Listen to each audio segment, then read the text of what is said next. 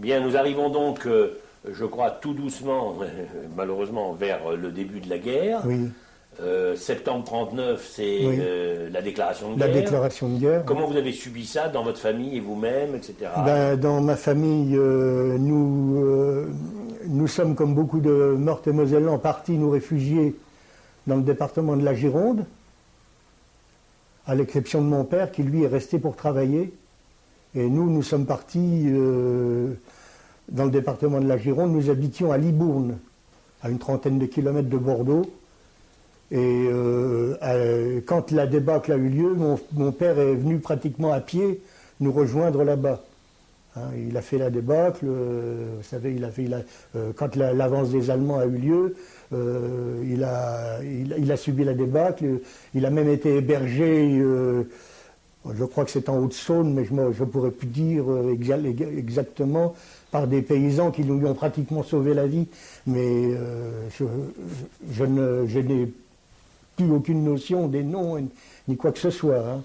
Et il est venu nous rejoindre là-bas. Et nous avons habité donc le département de la Gironde, mais nous avons malheureusement été recensés comme israélites, comme beaucoup. Et ensuite, ils nous ont emmenés dans le département de la Vienne, comme on appelle comme réfugiés, résidence surveillée, quoi, si on veut, voilà. Hein. Alors, pendant cette période où votre père n'était plus avec vous, pendant un certain Qu'est-ce que vous alliez à l'école? J'allais à l'école à Libourne, voilà, oui. Oui. Et il n'y avait pas de problème spécifique? Il n'y avait pas de problème spécifique, non. Non. Alors là, on arrive tout doucement, l'année 40 se passe. L'année 40 se passe, oui. Et donc, vous êtes dans la Vienne à quel moment? Dans le courant de 1940, par le fait... Nous sommes transférés dans le département de la Vienne. Nous habitons un petit village, disons un gros bourg, Rouillé, R-O-U-2-L-E, qui se trouve à environ une trentaine de kilomètres de Poitiers, une trentaine de kilomètres de Lusignan, pour situer géographiquement, quoi. Et nous sommes relativement bien. Nous habitons une petite maison, nous sommes tranquilles. Les gens sont gentils avec nous, on va se ravitailler chez les paysans environnants, nous ne sommes pas trop malheureux, nous ne sommes pas malheureux du tout, quoi, à l'époque. Hein. Et comment vous assumiez la vie? Il fallait travailler, il fallait avoir des sous? Eh ben, je ne peux pas dire exactement ça. Mes souvenirs, nous devions certainement être aidés par une organisation humanitaire quelconque, je pense. Et mon père travaillait, mon frère lui était prisonnier de guerre, lui il était absent bien sûr, il était en stalag.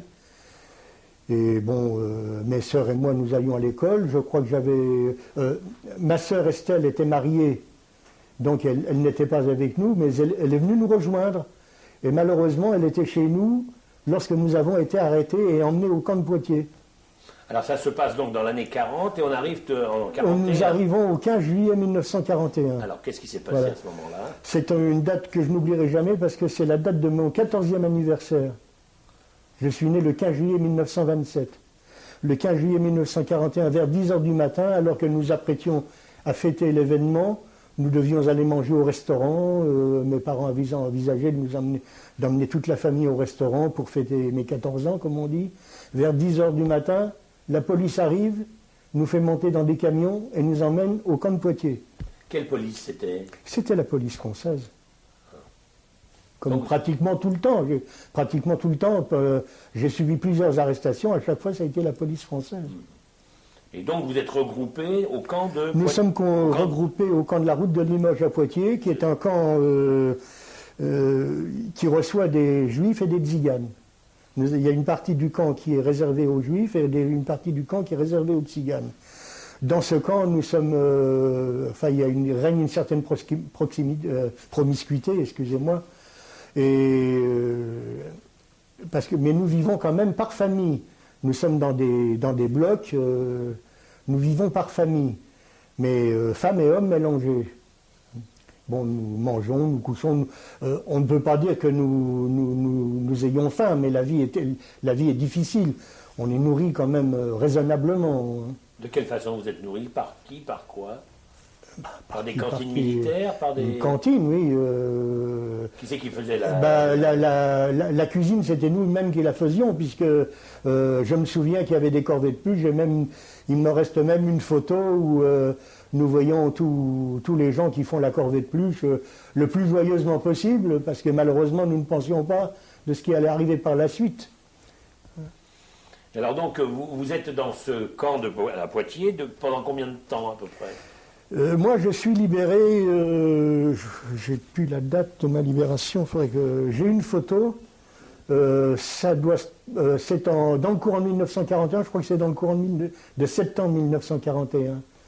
Là, vous êtes libéré pourquoi? Je suis libéré grâce aux efforts du révérend Père Fleury, qui est devenu par la suite président du COSOR, et du grand rabbin de Poitiers, dont je ne me rappelle malheureusement plus le nom, peut-être qu'on retrouvera son nom si on fait des recherches, qui est entre parenthèses les deux meilleurs amis du monde, et qu'on ne voyait jamais l'un sans l'autre, malgré leurs différences de religion, mais qui mettaient tout en œuvre pour essayer de sauver des vies, d'essayer de faire libérer des enfants. À l'époque, j'ai été libéré. N'ayant pas 15 ans à l'époque, ils ont réussi à faire libérer les juifs français de moins de 15 ans, nés en France. J'ai donc été placé, à l'époque, chez ma cousine et mon cousin, qui vivaient avec leurs enfants, Hélène et Armand, ma petite cousine et mon petit cousin, qui, eux, n'avaient pas été arrêtés. Et quand on y pense maintenant, ça paraît stupide de me replacer dans une autre famille israélite. Quand on sait ce qui est advenu par la suite, bien sûr. Hein. Mais comment imaginer? Eux, ils habitaient également le département de la Vienne, ils étaient réfugiés là-bas, ils habitaient un endroit, le château de la Plaine, ils étaient réfugiés dans ce château, disons, ça se trouvait à quelques kilomètres de l'Encloître, également une trentaine de kilomètres de Poitiers environ. Ils vivaient là-bas, et donc lorsque j'ai été libéré, ce sont eux qui m'ont recueilli. J'ai vécu avec mes cousins et cousines, petits cousins et petites cousines, jusqu'à ce que malheureusement, et là la date m'est sortie de la tête, ça doit être dans le courant de 41 également, ou début 42, à ce que mon cousin, ils sont venus, la police est venue arrêter mon cousin et ma cousine, et nous a laissé, Armand, Hélène et moi, complètement à l'abandon. Nous n'avions plus rien. Ils ne nous ont pas arrêtés, ils n'avaient pas l'ordre de nous arrêter. Alors ils n'ont arrêté que les adultes. Et nous avions 14 ans et demi, 15 ans à l'époque. Mon petit cousin, il est de 1924, il avait 3 ans de moins que nous, il avait donc 11 ans environ. Nous étions complètement perdus. Nous nous sommes adressés chez des paysans des environs qui nous ont donné à manger. Certains nous ont même recueilli nos affaires. Je ne sais plus du tout. Je n'ai pu par la suite, je n'ai plus refait le périple inverse. Hein. Je ne suis plus revenu dans ce coin. Il a fallu vivre, il a fallu. Hein. Et ensuite, nous avons de nouveau été pris en main par le révérend Père Fleury, qui, lui, nous a placés dans une famille catholique. C'est là où nous arrivons, à l'époque où j'ai été placé dans une famille catholique, monsieur et madame Gaborio, qui étaient garagistes route de Saumur, mais le garage était fermé à l'époque parce que c'était la guerre, et lui, il travaillait dans une usine de conserve, monsieur Alphonse Gaborio. Et à quel endroit c'était? À Loudun, dans le département de la Vienne. Ah, d'accord. C'est la ville, pour citer, de René Monory à l'heure actuelle, dont René Monory est le maire à l'heure actuelle. Hein. Et donc, cette famille, une famille admirable, entre parenthèses, qui à l'époque avait 8 enfants juifs chez elle, en dehors de ses 4 enfants, bien sûr, ils étaient aidés par l'organisme qui nous avait placés chez eux. On leur donnait de l'argent pour nous nourrir, bien sûr, ils ne nourrissaient pas à l'œil, mais quand on pense au risque que cette famille courait de garder des enfants juifs chez elle, et lorsque nous avons de nouveau été arrêtés chez elle, nous n'étions plus que 3. Il y avait toute une famille, la famille Diman, entre parenthèses, des gens qui sont presque tous nés à Nancy. Ils sont tous d'ailleurs dans le livre de Serge Klarsfeld, du mémorial des enfants déportés juifs de France. Ils sont tous dans ce livre. Il y avait Maurice Dimand, il y avait Frida Dimand, Sarah Dimand, Bella Dimand, et je ne me souviens plus, enfin nous étions 8 à l'époque, mais les autres petits Dimand ont été placés ailleurs par la suite, et nous n'étions plus que 3, Hélène, Armand et moi, donc mon petit cousin, ma petite cousine et moi, qui étions chez cette dame.